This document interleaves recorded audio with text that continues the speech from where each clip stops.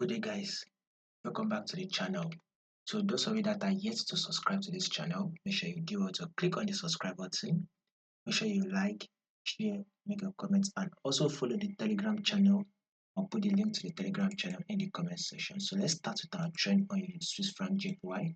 You can clearly see that on our forward time frame, our overall trend is actually on an uptrend move. As you can see, we are strong to the upside. Now, if you take a look at this movement our market is currently doing, you will see something like this. Higher high, here's the higher low, here is also the higher high, you can see it, right?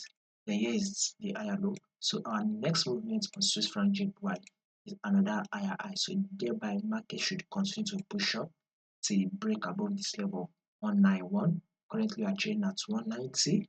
So we are currently heading to a level of 191,355 and possibly movements above.